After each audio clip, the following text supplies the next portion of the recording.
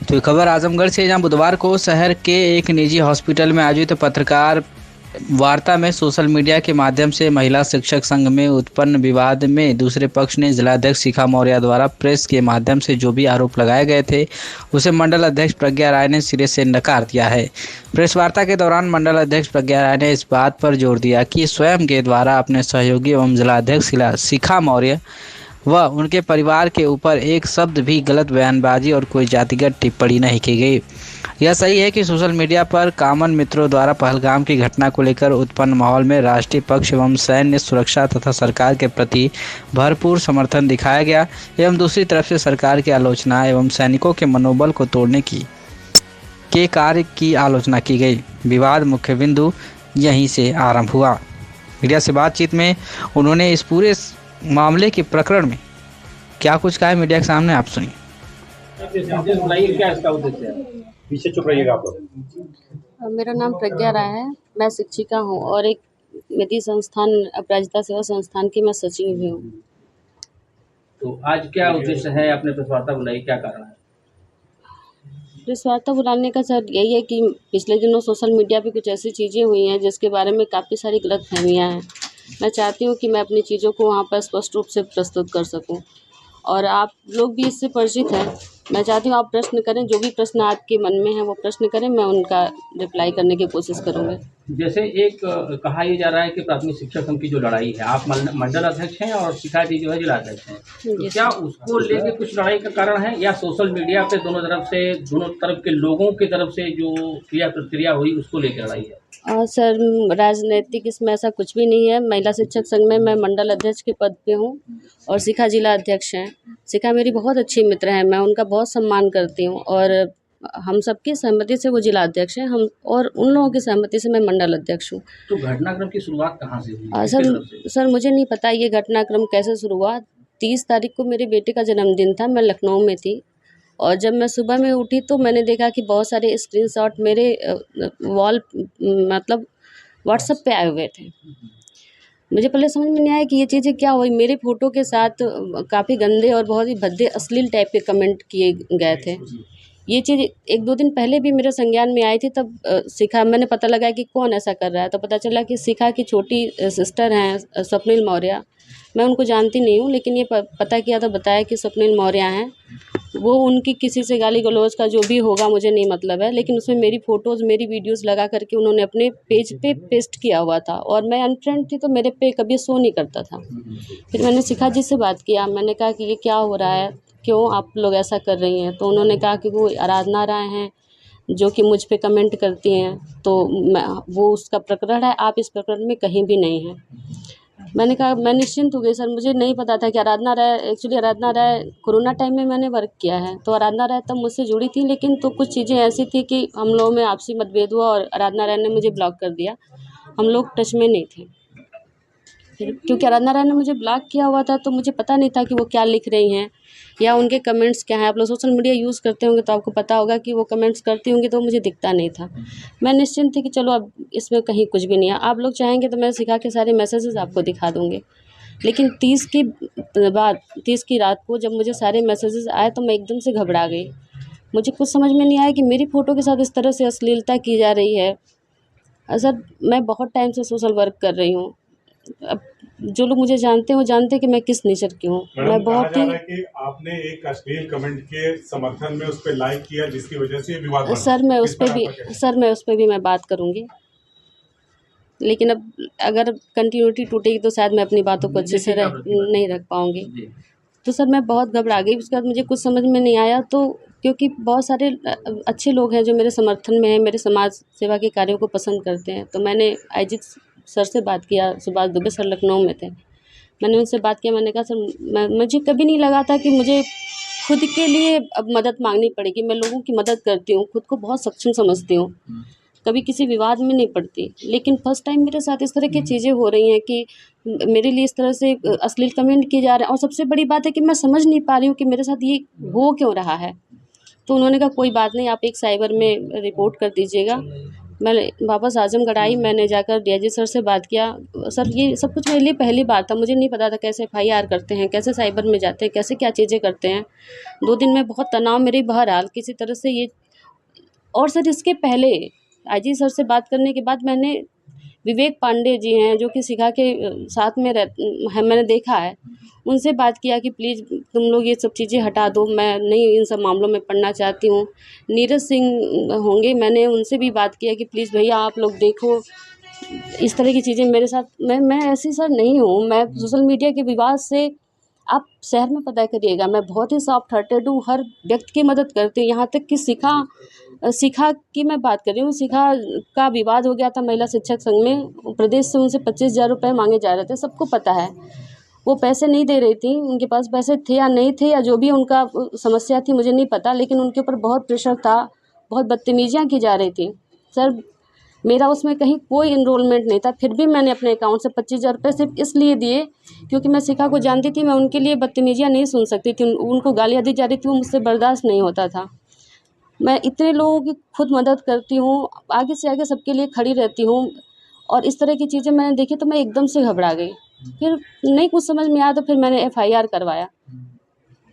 इसके अलावा क्या राजनीतिक है, क्या चीज़ें हैं, वो मुझे नहीं पता। अभी जो मैंने पिछले दिनों में बयान सुना है शिखा जी का, शिखा जी, मुझे विश्वास नहीं कि शिखा जी मेरे सामने आएंगे तो कहेंगे कि मेरी उनसे कोई वैचारिक मतभेद है। कभी हमारा कोई वैचारिक मतभेद नहीं रहा है, मैंने हमेशा उनको सपोर्ट किया है, उनका भी मेरे साथ व्यवहार बहुत अच्छा रहा है, ऐसी कोई समस्या नहीं है। बस इस मामले में उन्होंने मेरा साथ नहीं दिया।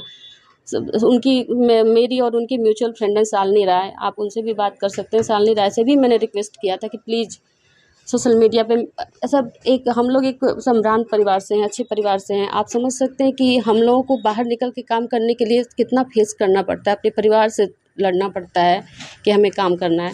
और इस तरह से बस दो टके के टाइप की, मतलब क्या है कि कौन कौन लोग गाली दे रहे हैं, कौन कौन क्या कर रहे हैं, आप मेरी इमेज को ख़राब कर रहे हो, ये कितनी कितनी ख़राब चीज़ है, कितना बुरा इफेक्ट पड़ता है, हमारी पूरी लाइफ पे इसका इफेक्ट पड़ता है। मैंने हर संभव कोशिश की कि ये चीज़ें बंद हो जाएं, लेकिन नहीं बंद हुई तो फिर मुझे एफआईआर कराना पड़ा।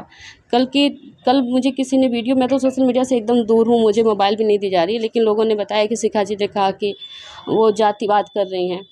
सर मैं जातिवाद पे मैं ज़रूर एक बार बात करना चाहूँगी। मैंने सोशल वर्क या अपनी जॉब की शुरुआत कुशीनगर से किया था। मुसर बस्ती में मैंने काम किया, मेरा बंद विद्यालय था। मैंने 270 बच्चों का एडमिशन वहाँ पे मुसर बच्चों को ढूंढ के किया, उनके घर जाना, उनके साथ रहना, उनके साथ खाना पीना, सब कुछ। मेरे अंदर ऐसा कुछ नहीं है। यहाँ जिस विद्यालय में पढ़ाती हूँ हरिजन बच्चे हैं, आप मेरी प्रोफाइल चेक करिए, हर बच्चा मेरे साथ माँ की तरह से जुड़ा हुआ है। सब मुझसे बहुत प्यार करते हैं, मैं उनसे बहुत प्यार करती हूँ। मेरे घर में काम करने वाले हरिजन हैं, धोबी हैं, वो यादव हैं, वो मेरे साथ खाना खाते हैं, उठते बैठते हैं। मुझे मेरे मित्र हैं जो इस तरह के हैं, बहुत सारे ऐसे हैं कि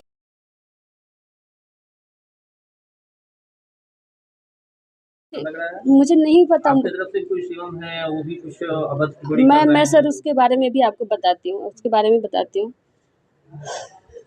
कोरोना टाइम में बहुत सारे लोग, हमने जब सोशल वर्क शुरू किया तो बहुत सारे लोग जुड़े मुझसे। मेरा काम था, जैसे आपने मेरी प्रोफाइल कभी देखी होगी, किसी ने मुझसे कहा कि मैम, नीरज भैया होंगे यहाँ पे, इनको बनारस में ब्लड की ज़रूरत थी, कि मैम बनारस में ब्लड की ज़रूरत है और प्लीज़ मदद कर दीजिए, एक बच्चा है जिसको कैंसर हुआ है।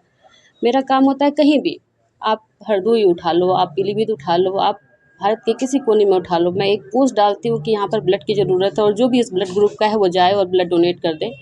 लोग रिस्पेक्ट करते हैं, वो जाते हैं, ब्लड डोनेट करते हैं। शिवम भी उसी टीम का एक पार्ट था, उसने मेरे लिए बहुत सारे केसेस में, दीदी मैं ब्लड डोनेट कर दूंगा।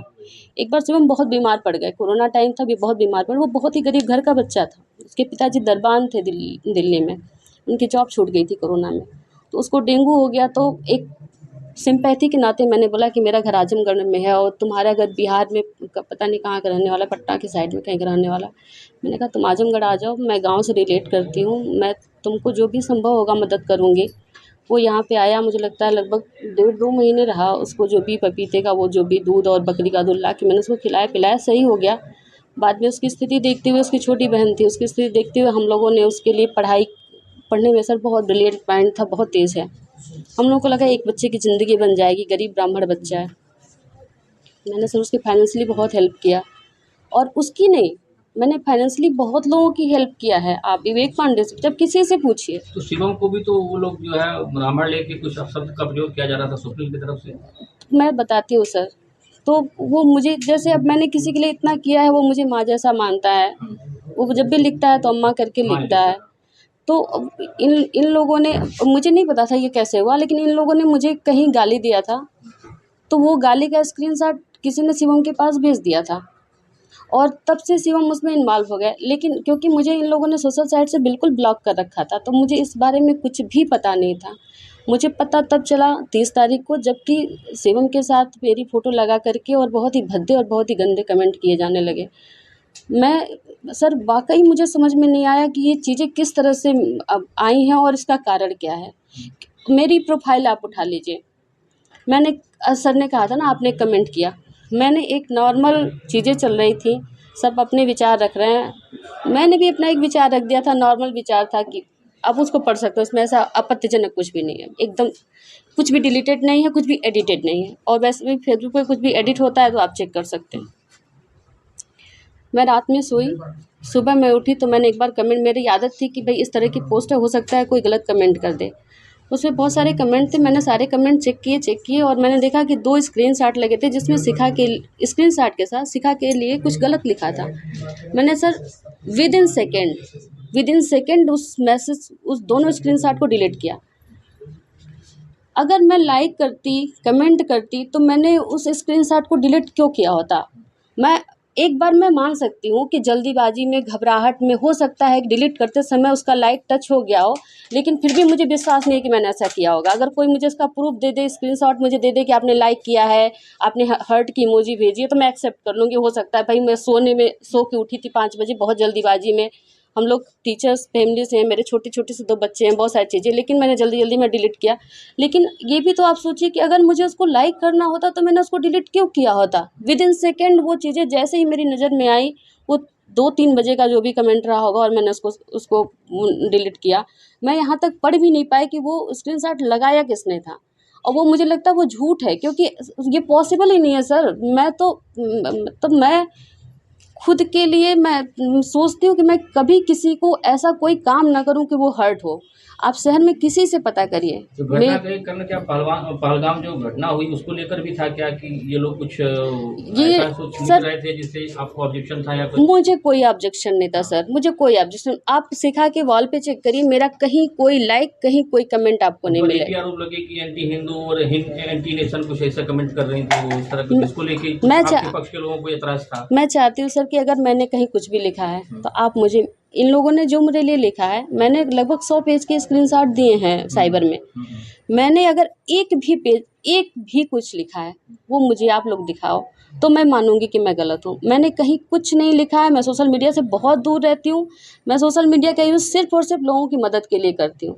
तब इस लड़ाई का अंत कहाँ है? क्या आप लोग क्या चाहते हैं? दोनों लोग समझौते की भूमिका में हैं या? देखिए सर, समझौता तब होता है जबकि दोनों लोगों की गलती होती है। आप बताइए, अगर मैं सही हूँ और आप मुझसे कहें कि आप समझौता कर लो, तो फिर मुझे तो कुछ समझ में, मेरे समझ के बाहर की चीज़ें हैं। ही मैसेज आया कि शायद समझौते के मूड में दूसरा कल कुछ लोग आए थे। कल जो मेरी अभी मैं कल तक ठीक थी, लेकिन कल जो मेरी तबीयत बहुत ज़्यादा ख़राब हो गई, आप डॉक्टर से बात कर सकते हैं, वाकई में बहुत प्रॉब्लम में हूँ। वो मुझे खुद यहाँ से शिफ्ट करना चाहते हैं। कल कुछ लोग आए, उन लोगों ने एकदम से प्रेशर बनाया कि आप समझौता कर लीजिए, ये सब चीज़ें करने की कोई मतलब नहीं है। मैंने सिर्फ यही कहा कि मैं गलत, एक पॉइंट गलत हूँ तो मैं समझौता कर लूँ। समझौता करने के लिए सर दोनों की गलती होनी चाहिए ना, कि मैंने यहाँ गलत किया, आपने यहाँ गलत किया, चलो दोनों। मेरे विषय में पूरे शहर में जो भी मेरे परिचित, मेरे दोस्त, उनके साथ रहने वाले लोग, यहाँ तक कि शिखा तक से पूछिए मेरा नेचर। मैंने कभी किसी से लड़ाई नहीं किया, कभी झगड़ा नहीं किया, कभी गलत कमेंट नहीं किया, कभी मतभेद नहीं किया। डॉक्टर ने क्या बताया आपको? सर डॉक्टर ने कहा है कि कुछ प्रॉब्लम है, वो मुझे नहीं बता रहे हैं। कह रहे हैं डिप्रेशन से कुछ प्रॉब्लम है, लेकिन कार्डियक की कोई दिक्कत है? हाँ सर, कह रहे हैं कि कुछ प्रॉब्लम है। आप अब जो भी सर, वो लोग मुझे नहीं कुछ बताएंगे। जो भी होगा आप पंकज सर से बात कर सकते हैं। उन्होंने बोला था कि जो भी अगर होगा तो आप मुझसे बात करा दीजिएगा, मैं उनसे बात कर लूँगा। और कुछ कहना चाहती हैं?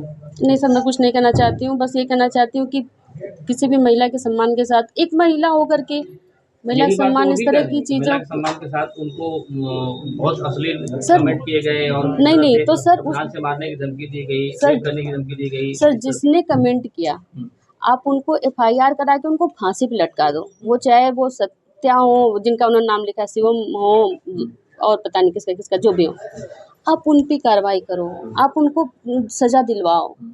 मैंने तो कुछ नहीं किया, अच्छा, आपका उसके लिए कोई लेना देना नहीं है? मेरा कुछ लेना देना नहीं है। वो सब ने उनको सबको बुला लो सर, आप लोग सबको बुलाओ। अगर कोई व्यक्ति एक बार ये कह दे कि हमने ये प्रज्ञा दीदी के कहने पे किया है, तो सर वो लोग जो कहेंगे वो मैं करने के लिए तैयार हूँ।